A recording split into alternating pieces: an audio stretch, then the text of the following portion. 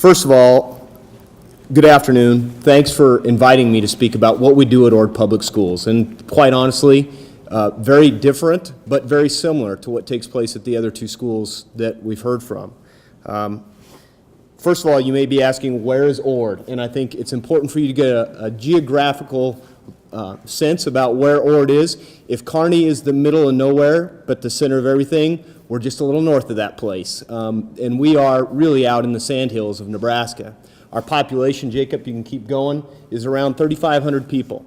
That picture right there is one of my favorite pictures of Ord. It shows you the picture of the ethanol plant east of town from the top view of one of the valleys. And it just absolutely amazes me how much beauty we are truly surrounded by in our state. So I decided to put that on there. You can go ahead. Many of you may be asking, and I put this on here so I could answer the question of all the mascots that you could choose from, whether it be a cougar, a lion, a Trojan, a bearcat, a horse, whatever it is, why the Chants? Well, the Chanticleer is from Chaucer's Canterbury Tales. And if you remember from your college English courses, the Chanticleer was a very fierce animal during the Chaucer's Canterbury Tales. So that explains why we are the Chanticleers. We're unique. We are ourselves. There's only one other in the nation, Coastal Carolina, and we were first. So we'll take that credit.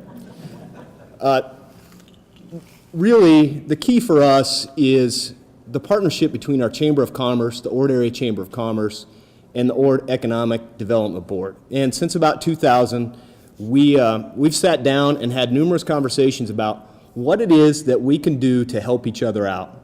And it just worked itself into what we call a strong partnership. In 2000, Caleb Pollard, who is our former economic development director, sat down with us and said, we need to start planning for our future here in Ord, Nebraska, because we're losing kids, we're losing people, and we need to change that. So we sat down and we had that conversation, and we just basically came up with a set of goals for each of us to work on. Nothing fancy, nothing mind-blowing, just simply a set of goals for us to work on. So goals from the educational standpoint were involve the students and the local business leaders of our community. Get them together, get them talking about what it is the businesses do. As we've said many times, students know what work is, but they don't really know what goes on in the businesses that people are working in. One of the things we wanted to do as a school was keep families in our school and keep new ones coming. And then finally, our last goal was to help and continue to build a strong relationship between the school and economic development. On the economic development side of things, we wanted to focus on existing businesses. Tradition in Ord is very important. We have strong family values. We have strong families that have been there for a long time. And of course, there are family farms. There are family businesses that have operated for a long period of time. So we wanted to focus on those existing businesses and strengthen them in whatever way, shape, or form we could. Economic development wanted to start grooming new employers and entrepreneurs from our existing talent base. We know we have talented kids. We have hardworking kids. One of the most fortunate things we have in the state of Nebraska is our kids know how to work. Our kids know what hard work is, and that's because of the values of our state. And so we're fortunate to have that to build off of. We just needed to find a way to start developing entrepreneurs, and we talked about that. And finally, support our community assets, amenities, as an economic development priority. And so we as a school had to ask ourselves, how can we make economic development a priority in our schools? For Ord, it was connecting the dots, infusing it into our curriculum. How can we infuse economic development? Well, we all know business takes leadership, so we started a leadership program. We know that school to work is an important thing. It's getting kids out to see what happens in work. Our ag class, ag is important. It's the economic driver of our state. We all know that. What can we do in ag class? We started a partnership with Green Plains ethanol plant out on their property. Our kids farm 80 acres. Now think about this. Our FFA program farms 80 acres. Do you know how much money our FFA program generated the last 2 years off that 80 acres of farming? They support themselves. They go to national convention every year. They support themselves because of that partnership with Green Plains. So that's a very important thing. The seed gets donated by the local seed dealers. The trucks get donated by the local trucking companies. The irrigation pipe gets donated by local farmers in order for our kids to farm that 80 acres. And we hire 2 seniors who have graduated to take care of the corn all the way through the summer. So it's an education in economics for those kids of how a farm really works, which is important in our area. And like Dan said, what you have to do is find what's important in your area and make it scalable, make it fit for your school. We have Entrepreneurship ESI Camp that we offer in the summer that I'm going to show you a little video on here in a minute. And then we also have the Healthcare Career Academy through Central Community College for those kids that are interested in healthcare. My daughter was one of those people. She got her nurse CNA through the Healthcare Career Academy, took 21 hours into her college experience now, and is applying for nursing school. Since 2000, we've focused on bringing families, new families, and retaining the ones we have. We've had 110 new business startups in Ord, $130 million investments, 42 small business loans. This generates a $5 million economic turn for Valley County that, because of the efforts of our Economic Development Board, our Chamber of Commerce, and us trying to groom our local students with, has been beneficial for us.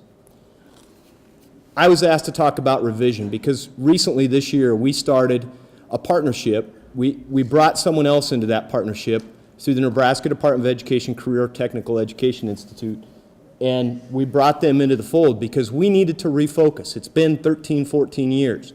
We needed to refocus what our goals were. So we brought in Greg Christiansen from the Nebraska Department of Education and have started going through the revision process. You may ask, what is the revision process? Well, the purpose of reVISION is to align and support local and/or regional workforce economic development priorities. That's a lot of the same thing that I just said. It's focusing on your local economic development priorities and finding out what's important. Develop Nebraska's talent pipelines for economic growth and workforce development. For us, in our neck of the woods, that's agriculture. How can we do that? There's a lot more than just planting corn in the world of agriculture. There's ag business, there's ag marketing, there's ag science, there's ag genetics. And what we have to do is continue to get that word out to our students. Strengthen high school CTE programs and create a common language between our local employers and our educators.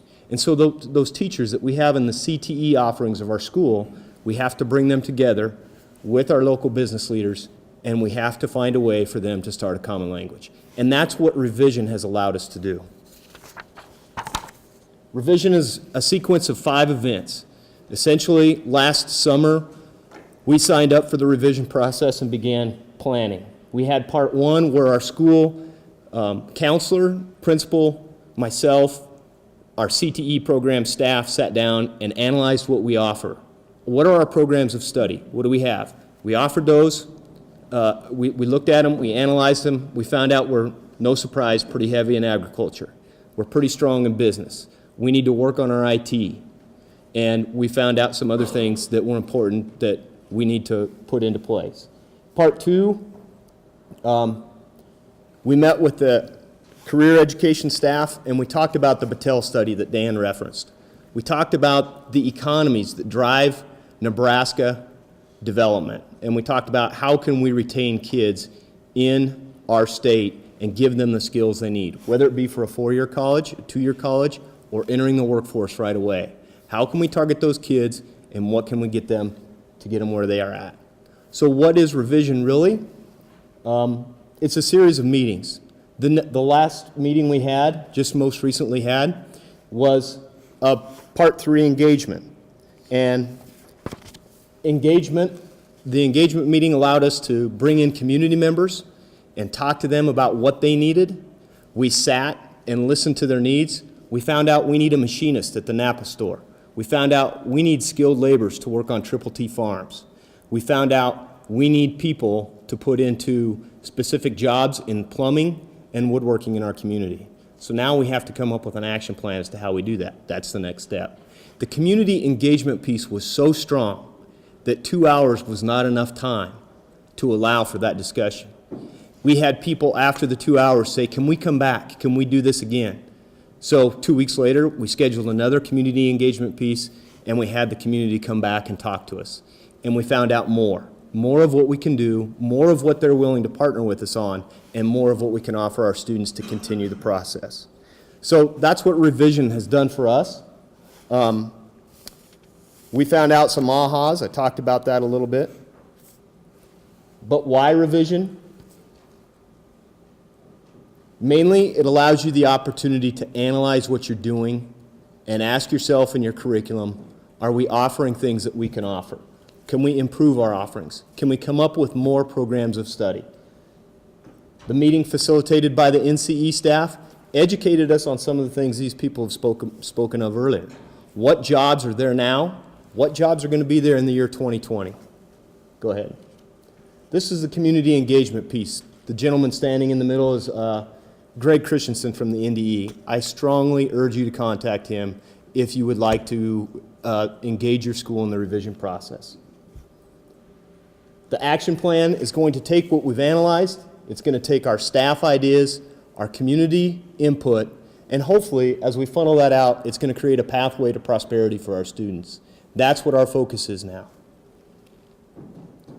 What we're hoping to do is groom our local future workforce.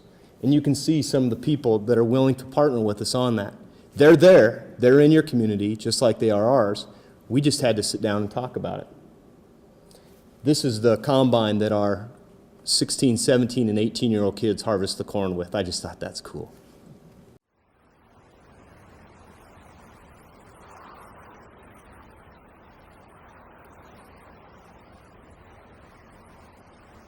In the early 2000s, we were experiencing population loss. We had a lot of people leave the community for outside opportunities and jobs, for higher paying jobs, maybe for better education. And I think a lot of the community members recognize that. Key stakeholders in our community said, we have to do something. What can we do? A lot of people in our community see youth as the greatest resource, and youth have a lot of energy and great things to bring to our community, because research shows that if by 5th grade youth have a positive experience in their community, they're much more likely to stay in that community or come back to that community after college. So we started with, wanting to do something for our youth. As we were thinking about all the things that the Valley County Community Foundation wanted to do and the way that we could impact our community the most, this entrepreneurship curriculum was brought to our attention. UNL has a Rural Futures Institute, and across the state we're trying to help communities start businesses, support businesses that are already in existence. And the state 4-H, as well as University of Nebraska Extension, came up with an entrepreneurship investigation program. And so we started our entrepreneurship camps using that curriculum. Hi, my name is Quintin Reason. I will be in 6th grade. My business is making benches and homemade bobbers. My name's Amanda Baker. I'm going into 8th grade, and I own Amanda's Attic. I've had it for 4.5 years now. I do a lot of home goods like aprons and ear warmers, and I make scarves and jewelry trees and jewelry and stuff like that. My name is Wyatt, and I'm going into 6th grade, and my business name is Wyatt's Handmade Creations, and this is a bottle tree, and I made it out of an electric fence post. You can put any kind of bottles on it. My name is Delaney Cargill, and I will be in 6th grade. I liked making things, and so I thought of the idea of making bags with designs on them. Our job is to help them. We believe in teaching entrepreneurship as a community and in our schools because That's the kind of people that we want to bring here. That's the kind of people we want to stay here. We want our kids to know that being an entrepreneur is not just about owning a business, it's an idea, it's an opportunity. It's an opportunity to grow our own community here. The Entrepreneurship Camp is a great camp. I absolutely love it. That's why I've came back 3 years in a row. Entrepreneurship Camp is a great camp to learn how to start a business. 5, 6, 7, 8. Our Entrepreneurship Camp has been going on for 4 years. We now have around 22 to 25 youth that attend each year. They have 4 days of educational experience. I believe it's like 25 hours of curriculum. What customer are you trying to reach? What's the value? What are you providing through your product that solves a problem or creates value for your customer? Well, my idea that I have for Entrepreneurship Camp is making dog leashes out of rope that's braided and using deer antlers for little toys that you can put on rope for dogs. They design and build their projects. We teach them about pricing strategies. It teaches you how to run your business, basically. It helps you with the paperwork part of the business, like keeping receipts. We try and really encourage them to think out of the box and be creative. I started my business when I was 10, airbrushing fishing lures. Then I slowly expanded into my mailboxes, signs, and license plates. On Friday, we showcase our products at the ESI Marketplace. People from our community come and purchase those items. What was the process that you used to get from having the idea to having the product in your hand that you're going to sell to somebody? Because people are going to be interested in that. That's what's going to happen tomorrow, is people are going to get excited about what you're doing. They're going to have a lot of questions. You learn how to greet the customer and be polite, and then you say, "Have a nice day, bye, thank you for coming." The University of Nebraska is a key stakeholder in our entrepreneurship investigation camp. We actually have people like Dr. Tom Field with the Engler Agribusiness Scholarship Program coming to our camp every year. I really like the instructors. They help you a lot. They're not just kind of over in a corner lecturing. They come and they're getting you involved, and they're just really fun to work with. Greg Christiansen with the Nebraska Department of Education has just had an incredible presence in our area and made a huge impact and really helped all of us understand the importance of teaching entrepreneurship. We have a very strong Valley County Community Foundation and Chamber and Economic Development. Our business people are very kind and generous about sharing their time and their talents and helping youth grow. It seems like the list is never ending of great entrepreneurs in our community that we can showcase. Because of community involvement, our business classes can expand the ideas that the kids can have. You know, they can see real-world applications. They can interact with business owners and hope to have a job like them. It takes it out of the box so that there's more imagination from the kids, and it's really exciting to see the kids they gravitate towards the business tours and the interaction and the commitment from the community. I'd probably have to say the coolest part at Entrepreneurship Camp is having Josh Zanger come in.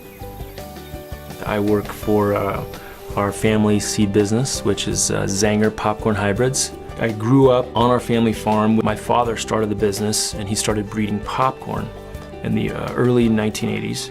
When I came back 12 years ago, the company was still at a very infant stage as a seed company. I had the opportunity to help develop that business into a global business too, along with my family members. The most interesting part of Josh Stanger's presentation was you could have a business just in a small town area and have a business that can run all over the world. Today at the Entrepreneurship Camp, I talked to the kids about what it means to be a rural business in the middle of Nebraska and to do business globally, and how we got involved in becoming a global business. We talked about our product, how we develop that product domestically and globally, and really showing that there is opportunity. There's a lot of opportunity for kids in our local communities to develop a product and market it anywhere in the world. Having things like Youth Entrepreneurship Camp, it really helps build self-confidence in youth. It gives them a place to explore and create and start a business in a comfortable setting so that they're not afraid to take a huge risk. And we really are able to help the youth along and help them grow and develop and maybe get curious about something they might like to do for a potential career. I think I'm going to keep the business going all throughout the year to try and make more money. And if I came back next year for Entrepreneurship Camp, I'd probably stick with my business that I have now, try and make a new product. It's important as business owners that we stay involved with the youth, whether it's through the Entrepreneurship Camp or be involved with school or other organizations, to let them realize that we care. We want them back here. We want them to help develop this community and be the next leaders here. Should other communities be doing things like this? Oh yes, I think other communities should be doing the ESI camp. This is a great program.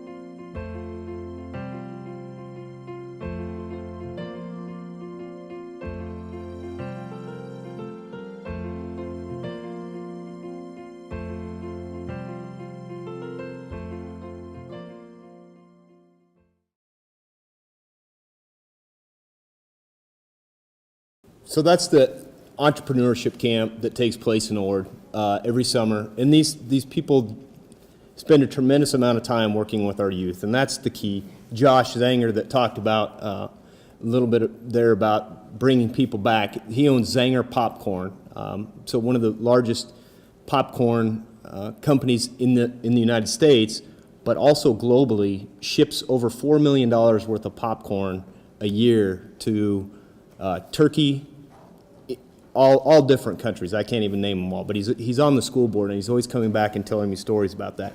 Shelby, the last little girl there that you saw with, and there's a story with each one of these people. I won't tell you all of them, but Shelby, the girl that had the Batman on her shirt, she right now makes airbrushes mailboxes and fishing lures, and my son will swear that her fishing lures will catch the biggest fish. So if you need a fishing lure, Shelby's the one to get a hold of, and she will turn about $4,000 worth of income off her fishing lures this year. So just incredible things that are happening because of what's going on.